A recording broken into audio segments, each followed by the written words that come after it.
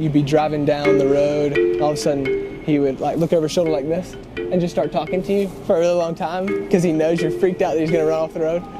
I don't know how he never runs off the road, or you'll be driving at night and then all of a sudden he'll turn off the lights and he'll scream as loud as he can for like 8 seconds, which is incredibly too long and not safe to do this. That's the type of stuff he would do.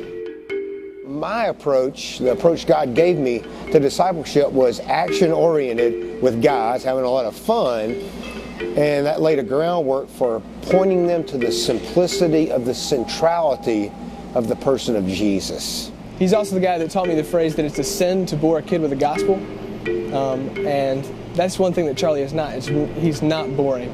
I realized I had to look at who I was. You know, I had to be honest with God about who I was and who He made me to be, and that would be how I discipled people.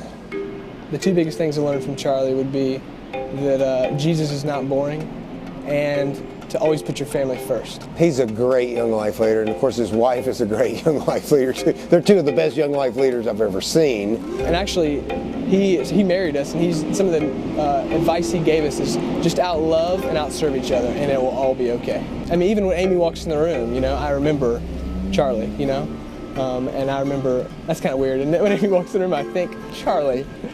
You give a person the essence of your life, your time, you definitely get their attention. They can't resist unconditional love like that.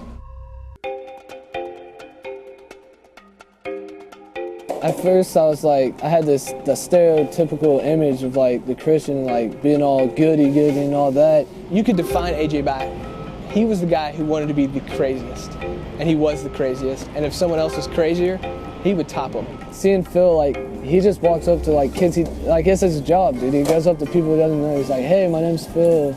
Like, just talking to him, dude. And I was like, dude, that's tight, dude. That's a man right there.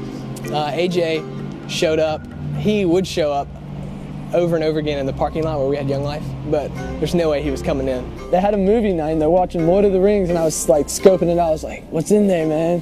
One of our volunteers, Jimmy Blee, we just walked up to AJ and was like, hey man, how you doing? He strolled up, he was like all dressed up in his business suit and everything. We're like, dude, what in the world, man? And like we started talking to him and stuff. Then finally we got him to come to this thing called Viking Night, which is just a bunch of guys going crazy in the woods. And then I saw these leaders and stuff, and I was like, dude, man, they're having a great life, dude. They're living it up. And like, I was like, dude, is that really what it's all about? One night, actually, I got a call from AJ, and he had overdosed on some stuff. And I was like, dude, Phil, man, I need some help bad. And he called poison control and everything for me. He came to my house, and my mom had gotten home by that time, and we all went up to the hospital. His mom actually came out in the waiting room and said, he really wants to talk to you. I was laying there in the hospital, and I was thinking, man, this guy's got a wife that he just left, like laying at home to come up here for me, dude. And like, he was just like sitting next to me, like holding my hand and praying for me. And I was like, that really means something. He was like, I can't handle this anymore. I don't want this, but I really want what you have. I kept thinking about that. I was like, dude, this guy's like the closest thing to Jesus I have. And like, I remember, dude, it was 11:52 that night. I turned to Phil and I go, Phil, what does it take, dude? And he goes, his smile, and he goes, what do you mean, man? Like, cause he wants me to tell him. And I was like, what does it take to become a Christian? He goes, well, do you believe in God? And I was like, after watching you and all the stuff I've been hearing, I was like, yeah, I do. And he goes, well, do you believe that he died for you? And I was like, yeah. I was like, yeah, dude, it's true. Like, and he's like, are you willing to wake up every morning asking yourself, do you want to wake up following Jesus? And I was like, yeah, dude. And like this sensation like just came over my body. Like it was amazing. Like every hair stood up. I was smiling. And the cool thing was he knew this isn't going to be a cure-all. This isn't going to be life is easy from this point out.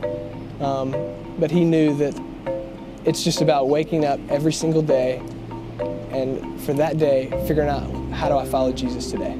I like how he's always calling to be like, hey, what's up, man? He calls and checks to see if we're all right and stuff. We talk all the time, and our relationship's really cool, and we really trust each other. and it's not a meeting, you know. It's a lot like Charley was with me. It's just real life every day, showing up, being real with each other, and figuring out how do we follow Jesus. Phil tells me all the time, like when I'm talking to him, like if he's always like, dude, you're a leader. And people follow him regardless of what he's doing, whether he's leading them the way he wants to lead them or whether he's leading them in the other way. People follow AJ. In a way that like makes me feel good and like dude, like I can really change some people's lives if I really wanted to. And like, I don't know, I want to use that and actually like take it and actually help some people out and like teach them what I know. I think what God wants, since He does everything, He wants us to show up. A bunch of my true friends aren't Christians, and like I told them after I became one, they were straight with it, and like they didn't really bother me about it. They were just like, that's tight, and like in the reality, they would actually come to me and ask me questions about stuff. Just loving people as they are without an agenda and consistently being in their life and displaying Jesus to them and putting flesh on the gospel, that's discipleship, and anybody can do it.